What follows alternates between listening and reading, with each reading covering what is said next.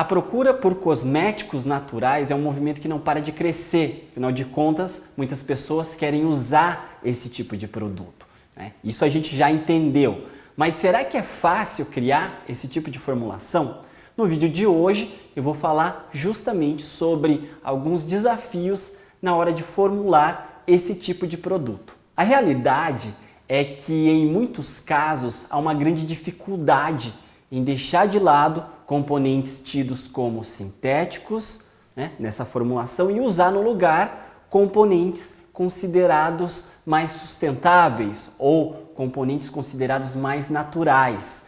E isso ocorre porque normalmente as matérias-primas ou ingredientes de origem sintética tendem a possuir um melhor desempenho quando falamos em performance, quando comparamos, por exemplo, com algumas opções tidas como naturais. Então, quando eu comparo o sintético com o natural, o sintético tende a ser melhor em algumas propriedades. E eu posso citar, por exemplo, os surfactantes.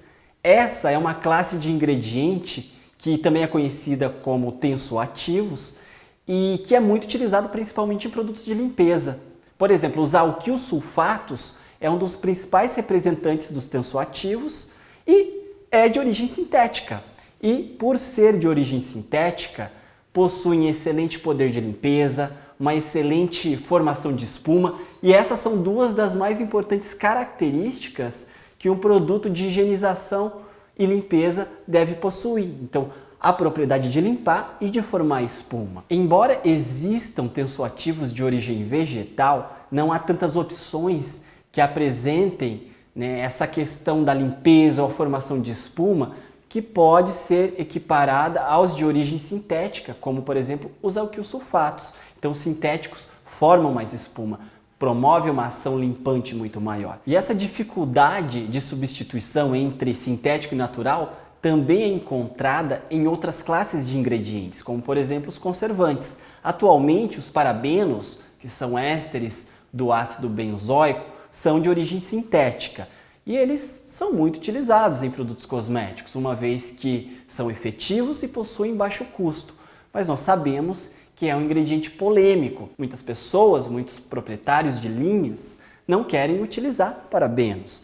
Para que um conservante seja considerado adequado para uso em um produto, é importante que ele apresente algumas características. Por exemplo, é importante que ele seja de amplo espectro de proteção, ou seja, que proteja a formulação contra vários tipos de micro-organismos, como bactérias e fungos, por exemplo. E o fato é que não há tantas opções de conservantes naturais que consigam oferecer um desempenho similar aos sintéticos. Então não há tantas opções e as opções existentes tendem a ter um custo um pouco maior. Outras duas classes de ingredientes, as quais as substituições também podem ser consideradas um desafio, né, para formuladores, são os espessantes e os emulsionantes.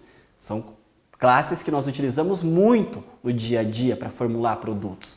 As opções de espessantes sintéticos geralmente são superiores às opções consideradas mais naturais ou de origem vegetal, quando eu analiso, por exemplo, propriedades como transparência, textura e brilho, né, do gel formado.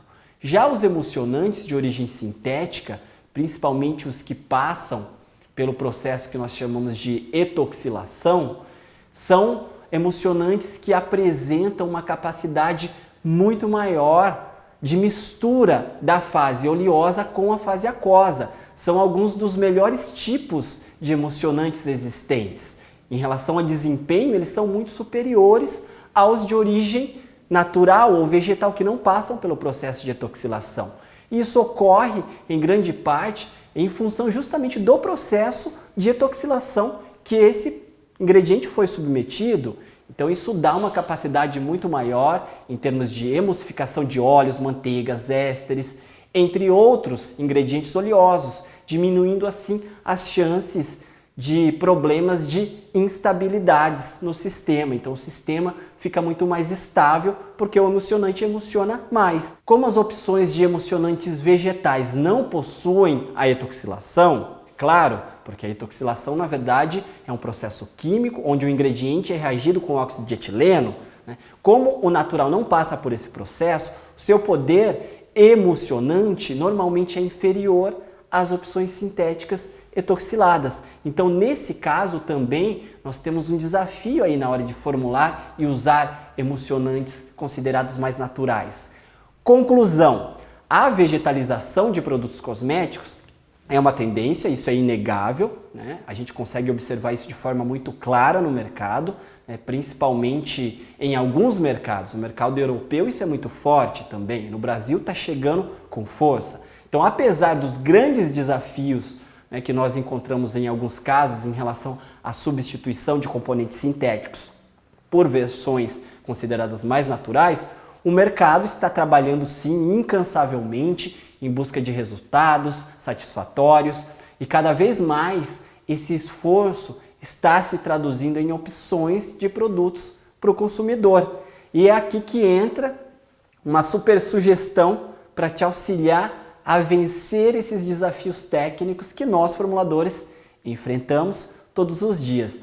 Para encontrar ingredientes que poderão te auxiliar a enfrentar esses desafios técnicos do dia a dia, não deixe de participar da In-Cosmetics Latin America, que vai acontecer nos dias 18 e 19 de setembro em São Paulo.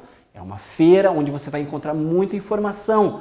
Para você fazer a sua inscrição, é só você clicar no link na descrição desse vídeo.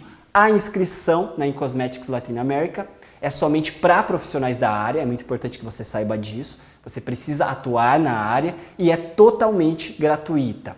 Eu espero que você tenha gostado das informações que eu acabei de passar. Eu espero que essas informações sejam úteis no seu dia a dia, na hora de criar produtos mais naturais, na hora de fazer as substituições. Um forte abraço e até a próxima!